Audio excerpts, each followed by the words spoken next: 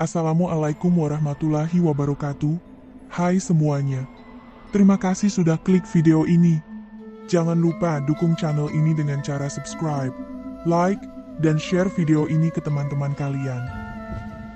Dalam khazanah kebudayaan Jawa, nama Satrio Piningit bukanlah sekadar frasa biasa, melainkan sebuah konsep yang syarat makna, harapan, dan misteri.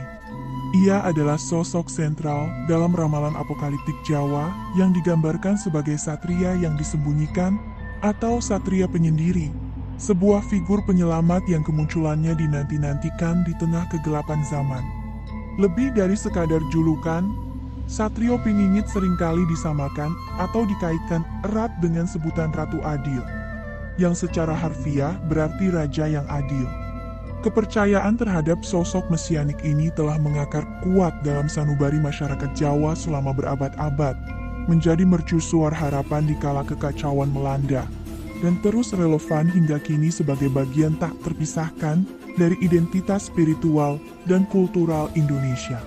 Konsep Satrio Piningit tidak muncul begitu saja, melainkan berakar kuat dari sebuah tradisi ramalan kuno yang dikenal sebagai Jongkol Joyok Hoyo, atau lebih populer dengan sebutan Ramalan Jayabaya.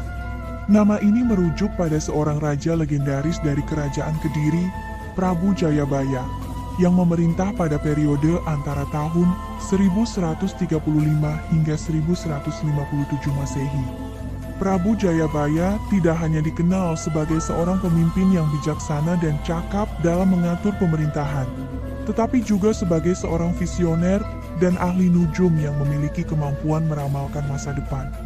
Ramalan-ramalannya yang konon dituliskan dalam naskah-naskah kuno telah menjadi pedoman dan sumber inspirasi bagi banyak generasi di Jawa. Ramalan Jayabaya tidak hanya sekadar prediksi peristiwa, melainkan sebuah cerminan filosofi hidup dan pandangan dunia masyarakat Jawa.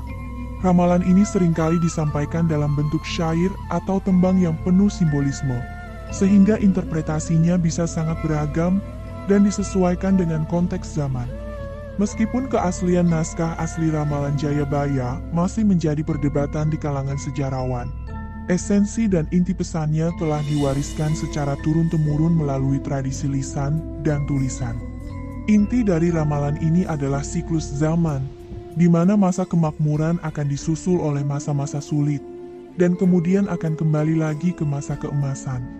Dalam siklus inilah, sosok Satrio Piningit memegang peranan krusial sebagai agen perubahan. Meskipun akar ramalan Satrio Piningit berasal dari era Prabu Jayabaya, konsep ini tidak berhenti berkembang di sana. Pada abad ke-19, ramalan-ramalan ini kembali diangkat dan diperkaya oleh seorang pujangga besar dari Keraton Surakarta, Raden Ngabehi Ranggawarsita. Ranggawarsita adalah salah satu pujangga terakhir yang diakui sebagai puncak keemasan sastra Jawa klasik. Karyanya yang monumental, seperti Serat Kalatibha, meskipun tidak secara langsung membahas Satrio Piningit, namun menggambarkan dengan sangat tajam kondisi zaman edan yang menjadi prasyarat kemunculan sang satria. Ranggawarsita, melalui interpretasi dan pengolahan kembali ramalan-ramalan kuno, memberikan dimensi baru pada konsep Satrio Piningit. Ia menyelaraskan ramalan-ramalan tersebut dengan kondisi sosial politik pada masanya, yaitu era kolonialisme Belanda yang membawa banyak penderitaan dan ketidakadilan bagi masyarakat Jawa.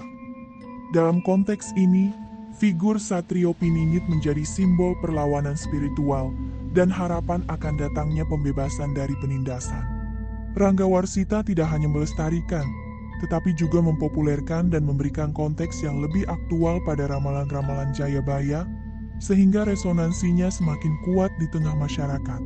Pengayaan ini menjadikan konsep Satrio Piningit tidak hanya relevan di masa lalu, tetapi juga terus hidup dan menjadi rujukan di masa kini. Secara esensial, Satrio Piningit digambarkan sebagai tokoh apokaliptik yang akan muncul setelah masa-masa sulit dan kekacauan mencapai puncaknya. Masa ini sering disebut sebagai zaman edan, sebuah era di mana nilai-nilai moral luntur, keadilan terabaikan, kebenaran dibalikan, dan penderitaan merajalela. Dalam kondisi sosial dan spiritual yang amburadul inilah, Satrio Piningit diyakini akan menampakkan diri. Kemunculannya bukan sekadar kebetulan, melainkan sebuah respons ilahi terhadap penderitaan kolektif dan kerinduan akan tatanan yang lebih baik. Peran utama Satrio Piningit adalah membawa Indonesia, atau yang dalam konteks ramalan disebut sebagai Nusantara, menuju zaman keemasan yang penuh kemegahan dan kemuliaan. Zaman keemasan ini digambarkan sebagai era di mana keadilan ditegakkan, kemakmuran merata, kedamaian abadi terwujud, dan spiritualitas kembali menjadi landasan hidup.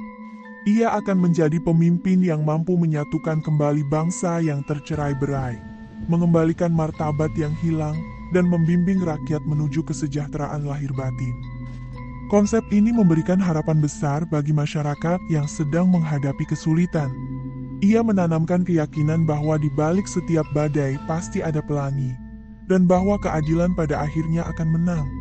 Satrio Piningit bukan hanya sekadar figur politik, melainkan juga simbol spiritual yang merepresentasikan kebangkitan moral dan spiritual bangsa. Kehadirannya diharapkan mampu mengakhiri segala bentuk kezaliman dan membawa kembali harmoni yang telah lama hilang. Dalam ramalan, Satrio Piningit digambarkan memiliki paras yang tampan dan mempesona, layaknya Batara Kresna, salah satu tokoh utama dalam Wiracarita Mahabharata. Ketampanan ini bukan hanya sekadar estetika fisik, tetapi juga mencerminkan aura harisma dan daya tarik yang kuat, yang mampu menarik simpati dan dukungan dari banyak orang. Namun, ketampanan saja tidaklah cukup. Satrio Piningit juga harus memiliki watak yang tegas dan berani, seperti Baladewa, kakak dari Kresna yang dikenal sebagai sosok yang kuat dan tidak kenal kompromi dalam membela kebenaran. Kombinasi antara ketampanan Kresna dan ketegasan Baladewa ini melambangkan keseimbangan antara kelembutan dan kekuatan, antara diplomasi dan ketegasan yang dibutuhkan untuk memimpin sebuah bangsa. Selain itu, Satrio Piningit juga diyakini sebagai dewa berbadan manusia. Ungkapan ini tidak berarti bahwa ia adalah dewa secara harfiah, melainkan bahwa ia memiliki kualitas luhur yang mendekati kesempurnaan, seperti kebijaksanaan, kejujuran, keadilan, dan kasih sayang. Ia adalah representasi dari idealisme manusia yang tertinggi, yang mampu menginspirasi orang lain untuk menjadi lebih baik.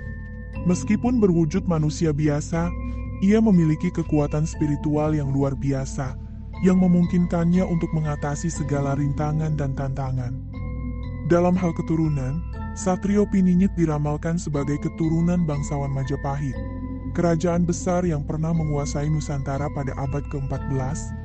Keturunan ini melambangkan warisan budaya dan sejarah yang kaya, serta tanggung jawab untuk melanjutkan cita-cita luhur para leluhur.